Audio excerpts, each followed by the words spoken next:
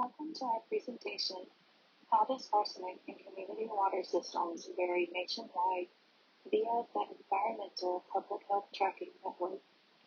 We will be discussing this from a scientific, environmental, and public health perspective, as well as touching on some of the environmental justice concerns caused by arsenic in specific community water systems.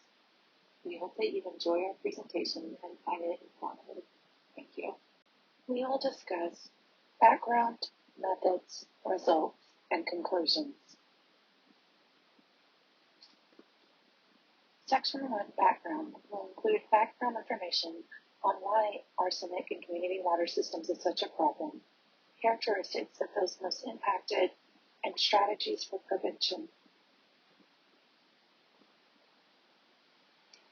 Here is a brief background into our topic. What is the problem?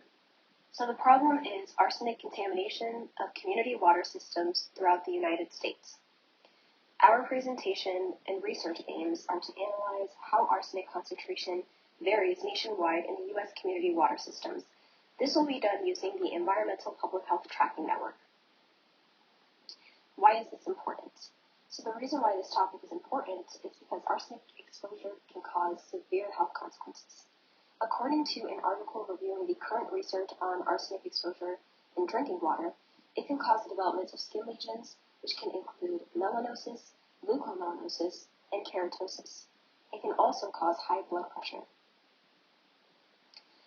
Long-term exposure to this chemical in water systems is carcinogenic and is associated with an increased risk of cardiovascular disease, skin lesions, and diabetes.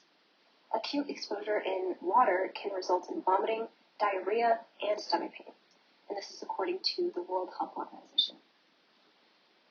Another study indicated that chronic exposure in drinking water can also cause developmental impairment in children and intellectual defects.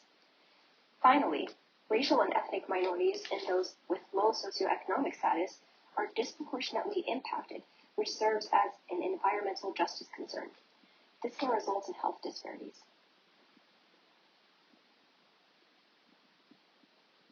Characterization includes information on where and who are the people most affected by arsenic in community water systems. All the charts and statistics in this presentation are specifically relating to data from the Environmental Public Health Tracking Network for the year 2022. The data includes information on 8,200 community water systems, over 101 million people, and comes from 26 states. This first graph gives an overview of annual percent of community water systems by mean arsenic concentrations for all reporting counties. As you can see, the states in the Southwest in particular have extremely heavy concentrations throughout the state when compared to other areas of the country. I will discuss this further in a moment. As with any public health problem, knowing exactly who is most impacted is of paramount importance. Of the 26 states mentioned in the previous slide that reported data, 23 were found to have arsenic in community water systems. These states are primarily located in the west, northeast, and central areas of the country. A notable exception is the state of Tennessee, which has the highest annual percent of people served at maximum arsenic concentrations at 99. One study found several inequalities in those most impacted by arsenic. Community water systems serviced by groundwater located in the Southwest, serving smaller populations and serving Hispanic communities are more likely to exceed arsenic maximum contaminant level. In particular, the fact that it is more predominant in systems serving the high populations of Hispanic communities has created environmental justice concerns. So here are some strategies for prevention.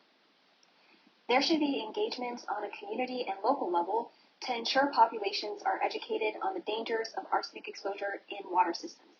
This will provide the most effective intervention and spread awareness, and this is according to the World Health Organization.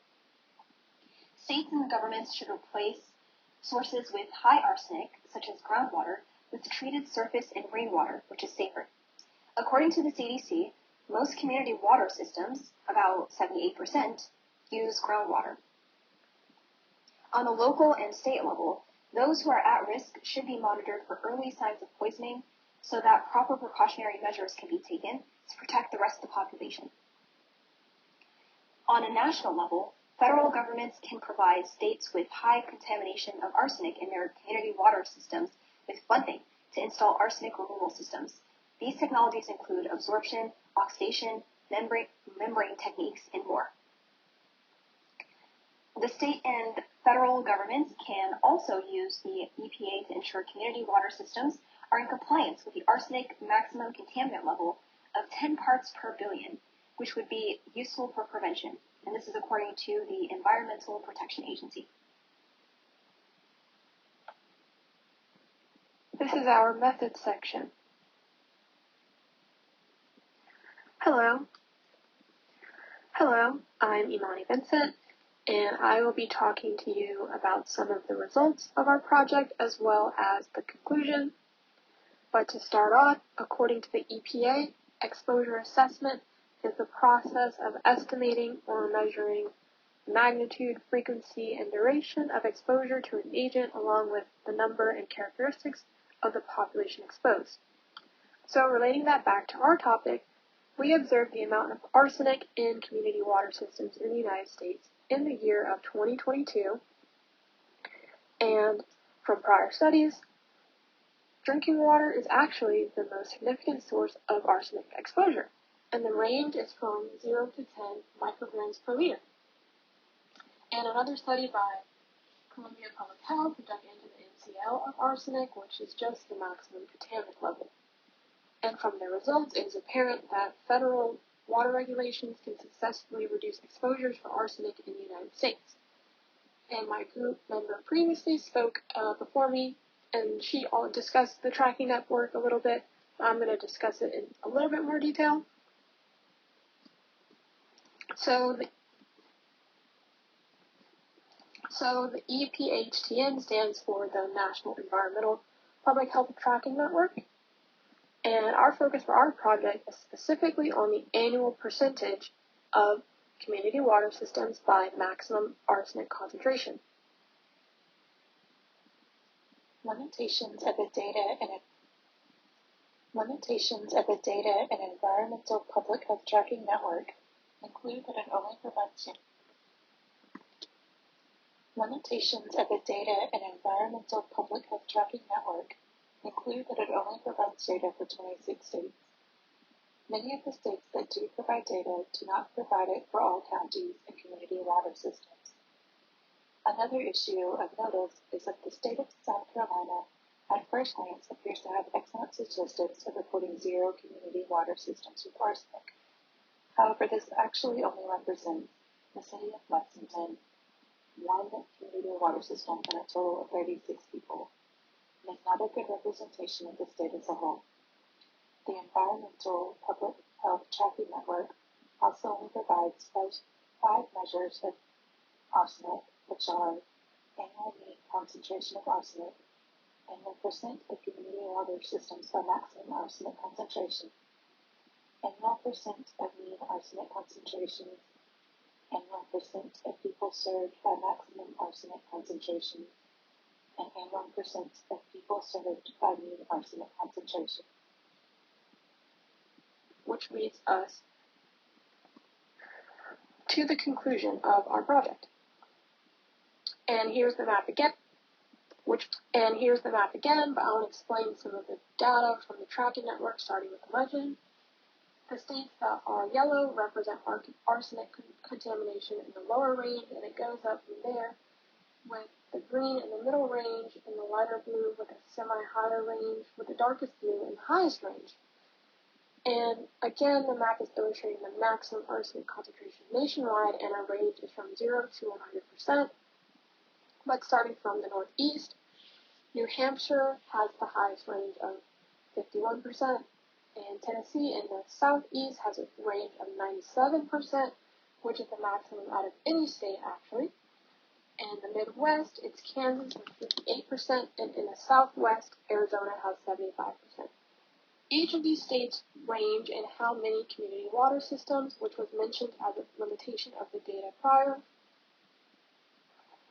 And lastly, here's a chart to show the states from least to most for the maximum concentrations, with Tennessee being the closest to 100%, which again is not ideal. And even though there are limitations, this tracking network is a unique tool for us to be able to have access to, and we're able to gather data which shed light on specific topics, and in our case is drinking water contaminants. Here are